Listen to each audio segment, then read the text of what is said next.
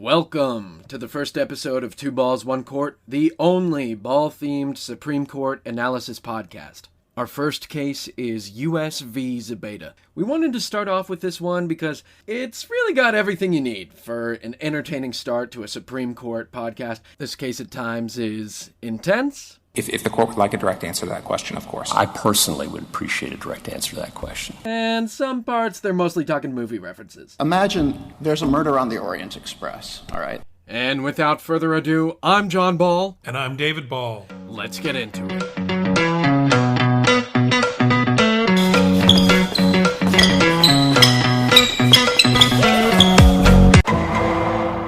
Dad, do you want to go ahead and give some background on this case? Sure, this case came to my attention because there was some media coverage of the oral argument that attracted my attention. What the reporting was focusing on was how Justice Gorsuch, at the end of the oral argument, was asking for a direct answer to one of his questions and seemed to get a little frustrated when he couldn't get it. So that's why I dug in. But it was a case that brought back a familiar name, Abu Zubaydah, one of the most familiar names after 9/11. He was arrested after 9/11 on suspicion of being part of the whole terrorist operation, and he was subjected to a lot of torture for 3 or 4 years following that. Waterboarding, other forms of torture that were developed by the CIA with the intent to, get information out of the people that they had rounded up after 9/11. Things they would refer to as enhanced interrogation techniques. But to a layperson like myself, when you're talking about, trapping someone with bugs when they have insectophobia or walling or waterboarding, all these other things, that they don't quite sound like just interrogation. And we also found out that he was erroneously thought to be a leader of Al-Qaeda. Is that correct? That's correct. The CIA came to the conclusion after all of this torture that he was not who they thought he might be, yet he's still in Guantanamo Bay, still being held. And as a result of this treatment, he has permanent brain damage. He's had 300 seizures. He's lost the sight in his left eye. So just incredibly interesting from a sort of international politics and, the post 9/11 world we live in. Right. And now, as you said, extremely interesting in terms of defense of human rights. But for this case, you said this case is asking a pretty specific question. Yeah, it's an unusual case. Most lawsuits involved some party trying to get something from someone else, so it's one party against another party. Here it's really just a request for information. The case itself, Zubaydah's case, is in Poland, where he's suing Polish officials that he alleges participated in his torture at a secret CIA prison that the U.S. has in Poland. But what this case is really trying to do is ask for information from somebody in the U.S. In this case, it's 2 of the CIA contractors who tortured him in Poland, he alleges. He's asking for a U.S. court to require them to provide certain information. That information would then be taken from a U.S. court to the court over in Poland, where it would be used in his case over there. So the whole case here is really just to get information for another case. And there's a specific U.S. law that says, how you can do that. And so starting off, you have some clips prepped. And the first one here is from the acting U.S. Solicitor General talking to Justice Kagan. So what are we going to be hearing up here? Well, and we certainly encourage all of our listeners to go listen to these oral arguments or read these transcripts. I think you'll find that there's just so much, interest there. You'll be fascinated. And so what I saw in the first part of this oral argument was the U.S. Acting Solicitor General Brian Fletcher having a pretty difficult time explaining to the justices why it was that the U.S. government objected to having these two CIA contractors testify about what had happened in Poland. Not that, you wouldn't imagine the U.S. government is protective of what the CIA does, but in this case, everybody already knows that the U.S. has this so-called secret prison in Poland. It's already been acknowledged by the Polish government. There have been books on the topic. There have been newspaper articles about what happened to Abu Zubaydah in Poland. So there's really no secret. And it was very difficult for the acting U.S. Solicitor General to explain why it's so important that the U.S. government not confirm what everybody already knows, that Zubaydah was terribly tortured at a CIA prison in Poland. Here's a clip where he's trying to make that clear in response to questions from Justice Kagan. Those as two different things. I understand the argument about our relationships with our allies and it not necessarily being coextensive with the question whether something is a secret. But at a certain point, it becomes a little bit farcical, this idea of the assertion of a privilege, doesn't it? I mean, if everybody knows what you are asserting privilege on, like what exactly does this privilege? I mean, maybe we should rename it or something. It's not a state secrets privilege anymore. Well, I guess I'd resist the idea, certainly that we're anywhere near the farcical zone here. I mean, this is a line, as I said, that the executive branch drew back in 2014, that it's adhered to ever since. The foreign countries that were involved in this program none of them have come forward. All of them have viewed it as important to preserve the confidentiality of this information, notwithstanding all of the speculation that's out there and that's in the amicus briefs recited here, much of which existed in 2014 too. So I guess what I'd say here is that, I understand that the hypotheticals get difficult and you can posit greater and greater certitudes of public knowledge. But in this case, I think the sort of facts in the world and the evident importance that the political branches in the United States and our partners abroad have put on preserving this confidentiality confirms that there is something to it here, that there is a difference between what's out there in public now and confirmation or denial in an official sense. So I don't know how that sounded to you, but here we have the attorney on behalf of the U.S. government trying to explain, well, we may have great certitude or greater certitude about what this information already is, but that doesn't mean it's not a problem for the U.S. to confirm what everybody already knows. And to jump in a little bit about what Justice Kagan's asking about, so just to kind of clarify, so she says, I understand the argument about our relationships with our allies. So that's referring to how the U.S. is saying we can't confirm any information about how our abroad allies helped us torture people in their countries because that would make our allies less willing to partner with us in the future or help us torture people at these black sites. But Kagan, I mean, you have argued before many courts. How would you react if a Supreme Court justice was saying to your face that your argument that we can't confirm this thing that everyone already knows is farcical? That's the point at which you really wonder whether you wanted to go into this profession or not.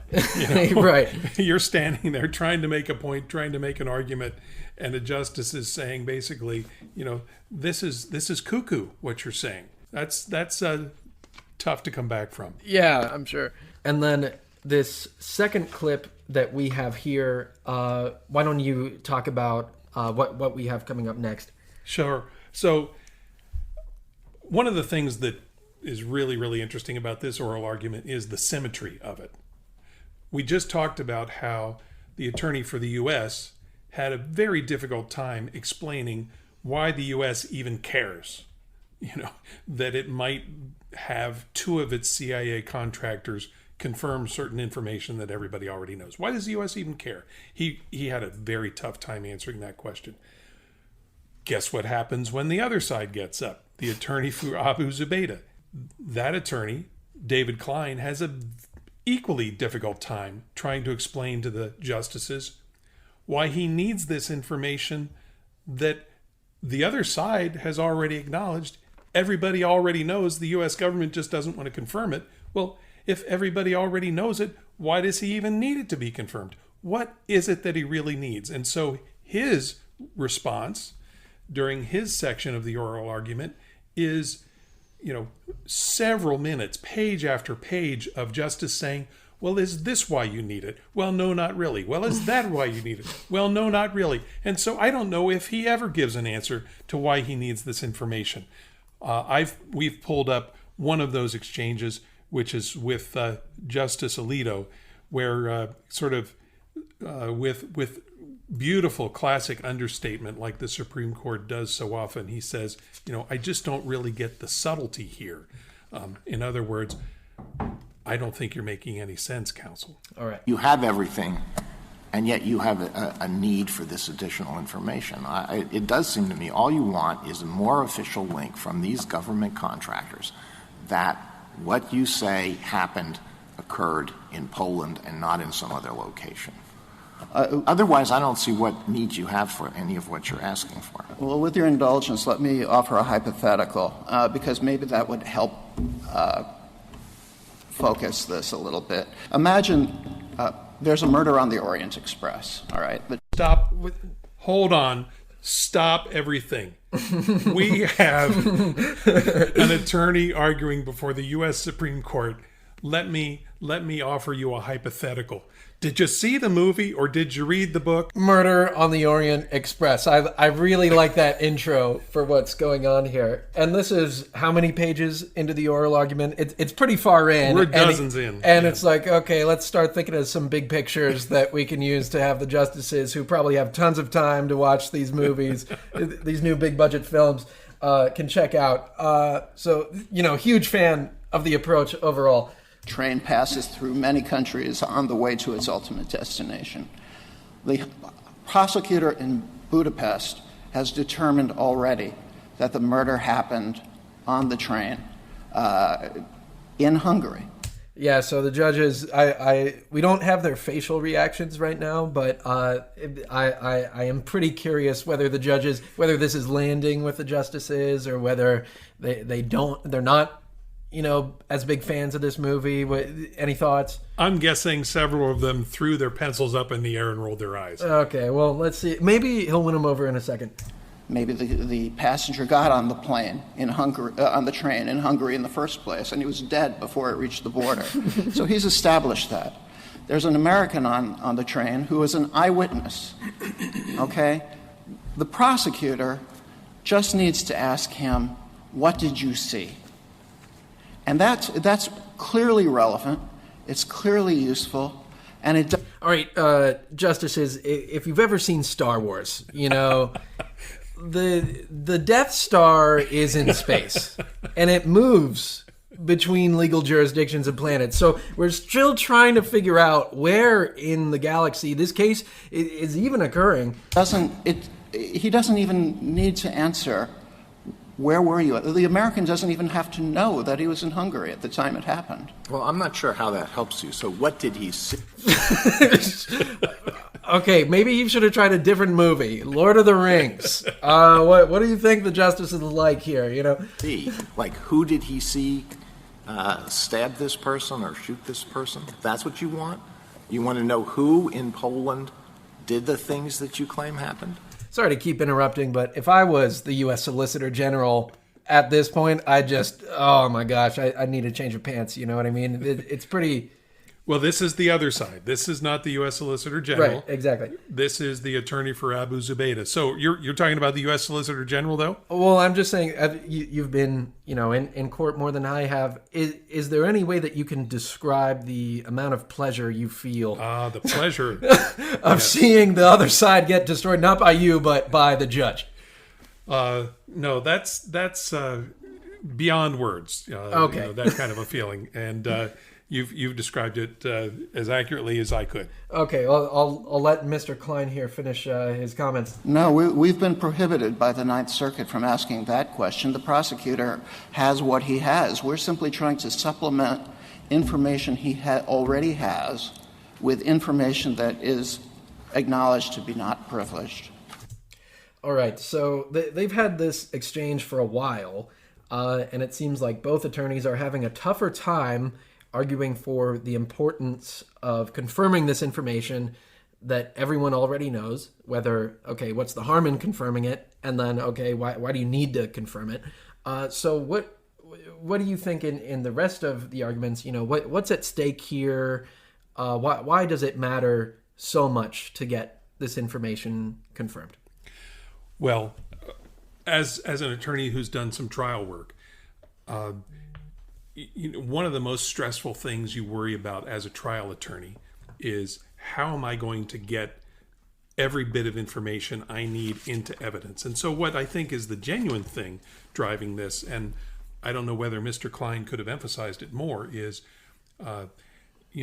only people with firsthand knowledge can testify about certain information. And I believe he felt that the Polish prosecutor didn't have certain pieces of information coming in through witnesses who could show up in the court in Poland and give that firsthand testimony. That's what I believe it's all about. But it was quite unclear to me. I don't think it was made very clear by either attorney what was really at stake. Right. And so, wrapping up here in the oral arguments, do you want to explain the last clip that we have to highlight? Well, so the two attorneys tried for about an hour total to explain to the justices why their argument made any sense at all. And I would say it was about a draw. Mm-hmm. I don't think the U.S. Was able to make a very compelling case as to why it had to say no. And I don't think the attorney for Mr. Zubaydah made a very clear and understandable case about why it was important for them to have the U.S. government say yes to providing this information. But that is not the end of oral argument this day in the Supreme Court, nor is it the end of oral argument most days in the Supreme Court, because typically what the side that goes first does is reserve some of their time for what's called rebuttal. And that's because they're sort of at a disadvantage. If they go first, then the party that goes second, has heard what they say and gets a chance to comment and criticize what the first attorney said. Well, they sort of even the playing field by saying, okay, first attorney, save some of your time, and then you can respond to what the second attorney may have criticized about your starting argument. Well, so here we have Mr. Fletcher coming back to the podium to use his rebuttal time, and before he even gets a word out, we have Justice Gorsuch charging in. Let's go ahead and play it. All right. Rebuttal, counsel. Thank you, Mr. Chief Justice. Mr. Fletcher, I don't want to interrupt you later, so I'm just going to do it up front. Nice. Why not make the witness available? What is the government's objection to the witness testifying to his own treatment and not requiring any admission from the government of any kind? By the witness, you mean Abu Zubaydah? Right. So I was going to address this point. It goes to Justice Breyer's question about the conditions of his confinement right now. He is not being held incommunicado. He is subject to the same restrictions that apply to other similar detainees at Guantanamo. His communications are subject to security screening for classified information and other security risks. I just wanted to point out that what he's doing here is commenting on what was said about his argument by Mr. Klein. So he's kind of ticking off his commentary about that. But that's not going to impress Justice Gorsuch, as we're about to hear. He's able to communicate with his lawyers about his habeas That's proceeding. not really answering my question, I don't think, because I understand there are all sorts of protocols that may or may not, in the government's view, prohibit him from testifying. But I'm asking much more directly. Will the government make the petitioner available to testify on this subject? We would allow him to communicate about this subject under the same terms as on anything else. The same terms. Look, That's Justice Breyer coming in saying, I can't believe you just said that. That's so stupid. The same terms, that's not going to get anybody anywhere. So let's actually, why don't we go ahead and keep Justice Breyer's comments running into the next. I don't understand why he's still there after 14 years. It's a little hard to give in Hamdi, but assuming that isn't in this case, why not do just what Justice Gorsuch says? Just say, hey, you want to ask what happened? Ask him what happened. And maybe this is special. So because the detainees at Guantanamo are all subject to a protective order in their habeas I'm not litigation. asking. I understand there are all sorts of rules and protective orders. It's Justice Gorsuch charging back in. The answer again he felt was pretty lame coming from the Solicitor General. I'm aware of that. I'm asking much more directly, and I just really appreciate a straight answer to this. Will the government make petitioner available to testify as to his treatment during these dates? I cannot offer that now because that's a request that has not been made, and so we have not taken that back to the folks at DOD who are running Guantanamo. This case has been litigated for years and all the way up to the United States Supreme Court, and you haven't considered whether that's an off-ramp that the government could provide that would obviate the need for any of this? Well, Justice Gorsuch, we considered the request that was put before the District Court in the Ninth Circuit under Section 1782. Our position as to all communications by Abu Zubaydah is that he can communicate subject to security screening, which would include, and I just want to be clear, would include eliminating classified information. Which takes us right back to where we are. And it doesn't answer the question. And I guess, will the government at least commit to answering, informing this court whether it will or will not allow the petitioner to testify as to his treatment during these dates? If the court would like a direct answer to that question, of course. I personally would appreciate a direct answer to that question. Without the government. Wow. So how crazy is it that, just echoing what Justice Gorsuch said, the fact that this case is already up to the U.S. Supreme Court, how common is it for a case to get up to the Supreme Court and have there not be clarity on whether, a request has been made for someone to give testimony? It's pretty rare. And so, it would have been a very difficult position for the acting U.S. Solicitor General to be in, being asked a question that really isn't, about something he's responsible for. He's not responsible for how this case has been handled all these years. Mm-hmm. He's just brought in to do the oral argument, a few weeks in advance. So I understand it's not quite in his purview to say whether the U.S. government is going to provide this position or this testimony, but what does that look like legally if, it's rebuttal before the U.S. Supreme Court and the Solicitor General, just doesn't even have an answer to Justice Gorsuch's question? How does that even go moving forward? Most of the time, a justice will ask a question, and if there's, nothing that the attorney has to offer, they will just kind of let it go. What's really remarkable to me about this is how determined Justice Gorsuch was to get a direct answer, to sort of invoke the authority of the court, and then to say even his personal authority as a justice. I would appreciate it personally if I could get an answer. He is really, really insisting in a way that I don't know that I've ever seen. So this case has a lot of significance in my mind in terms of the U.S. government symbolically condoning or not condoning the black site behavior, the secret enhanced interrogation, the secret torture of people who may or may not have been associated with terrorist attacks. Obviously, there's a lot of follow-up from this case that needs to be done. So do you want to talk some about the letter, or what's it mean? They can also supposedly eliminate all the classified information. So more information has to be gained for the justices to make a ruling on this case. So what does that mean moving forward?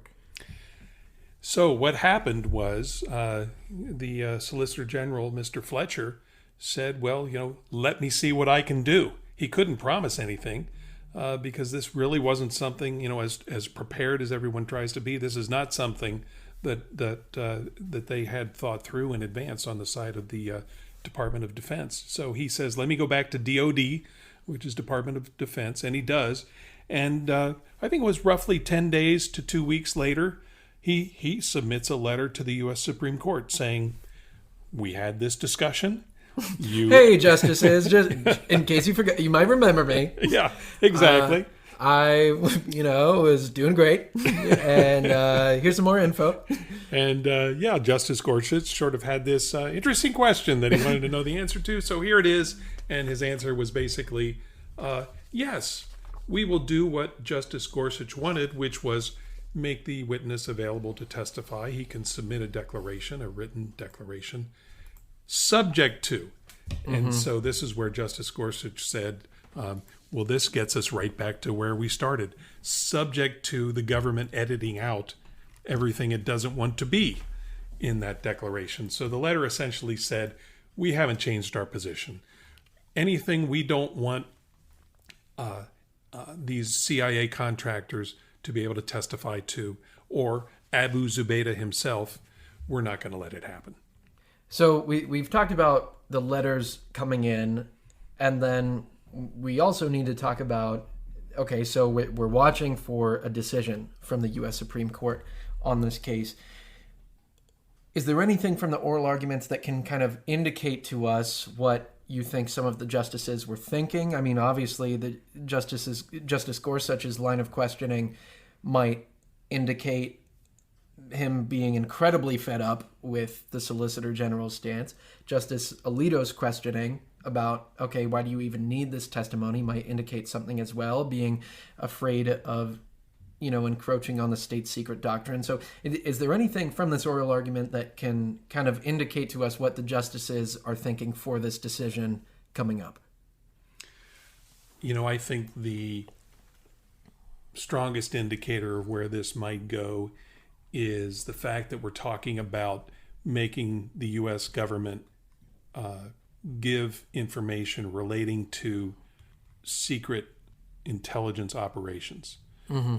It's going to be really exceptional, I think, for the court to say to the executive branch, which has the authority over, international relations and, intelligence, military intelligence, secret intelligence. It's going to be really incredible, I think, for a different branch of the government, the Supreme Court, to say to the executive branch what it's allowed to keep secret and what it can't keep secret. That's something that the court understands the importance of military intelligence. Certainly after 9/11, we understand that even more than we did before. And so again, the big picture, I think, is the most telling indicator. What's it going to take to force the CIA to give information that the U.S. government doesn't want to be released by CIA contractors? Probably a stronger argument for why that information's needed than the attorney for Abu Zubaydah was able to give here. But at the same time, many of the justices pointed to how farcical at times the Solicitor General's argument seemed. And one thing that made me wonder is, okay, so let's say hypothetically the court does side with Zubaydah's case, as the lower court did.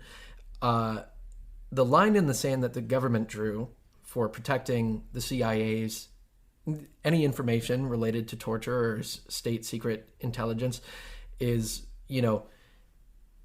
literally any information whatsoever, even information that is so public knowledge from years ago that it would be insane for anyone to think that this information is not already correct in the public record.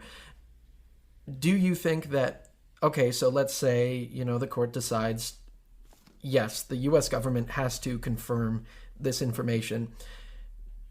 Does that indicate anything about a symbolic departure from, the post 9/11 era of, okay, the CIA has a blank check for any secret activities it wants, and accountability is sort of subject to what information gets leaked, but they can never expect the executive branch of the government to confirm anything about what they or allies are doing. What do you think about the precedent that this could set if the court sided with Zubaydah?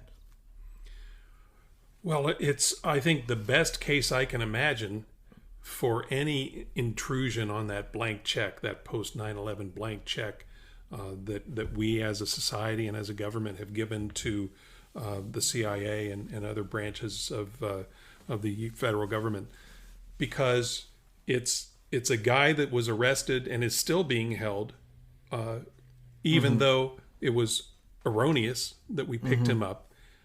Then we subjected him to enhanced interrogation that we now acknowledge as a government are improper and unauthorized, and that's why the information about what was done to him has been declassified, because we don't view it as being proper interrogation techniques anymore. The guy got incredibly harmed. I mean, brain damage, seizures, lost sight in an eye. I mean, not to mention, if they're talking about having Zubaydah testify, I don't know that he's physically able to testify. Yeah, that's a really interesting question.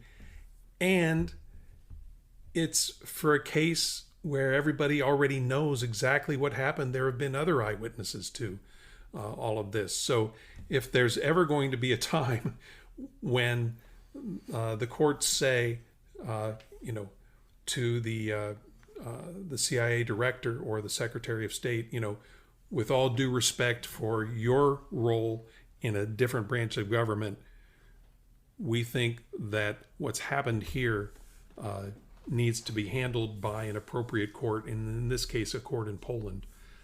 It would be this case. So I do think there's a chance of that. It's just that it's a steep climb to persuade a court to order the CIA to do something that the CIA objects to. Mm-hmm. So we're keeping tabs on this case. Oral arguments happened this October. What do you think we can expect as far as, timeline for a decision coming out? Well, as we'll talk about in this podcast, there is oral argument season, which starts in October and goes well into the spring. And then starting sort of, winter and then increasing as we get to spring and then early summer, the decisions start to come out. So decision season, it's sort of two halves and they overlap. The pattern of the court, which I haven't seen it deviate from in my recollection, is that all of the sort of big cases, all of the cases that everybody's thinking about that are controversial, dealing with abortion rights, things like that, Second Amendment rights, those kinds of cases, the court always holds those decisions till the very end. And there will be a period in late June and early July where a big decision comes out every day, sometimes two a day. So the question is, the way I'm approaching your question is this going to be one of those cases? I think this case will come out sooner. I don't think this is one of the ones that they're going to hold back. It's not really a case that has, that much importance to, every citizen. To me, it's really super interesting as a post 9/11 glimpse into sort of the twisted reality that goes on, in military intelligence with the CIA doing secret things. So my prediction is this one will come out sometime, during the winter, maybe very early spring. All right. Well, for those of you at home, in case you didn't catch that, so decision season, late June, early July. We'll be getting, a hotel. Make sure you post up somewhere for all the analysis we have coming out then. So thank you so much for tuning in, and we will be following this case and several others very closely over the coming months. Dad, anything else you want to leave with before we sign off? No, just stay tuned, because there are more oral arguments that are really interesting to talk about. And then we get to the decisions where we get to see how the different justices sort of joust with each other in several opinions usually. Sometimes it's a unanimous decision, but in these controversial cases, we're likely to see 3, 4, 5 different opinions. And what's really interesting is to see how they all kind of challenge each other's points of view. So lots to come.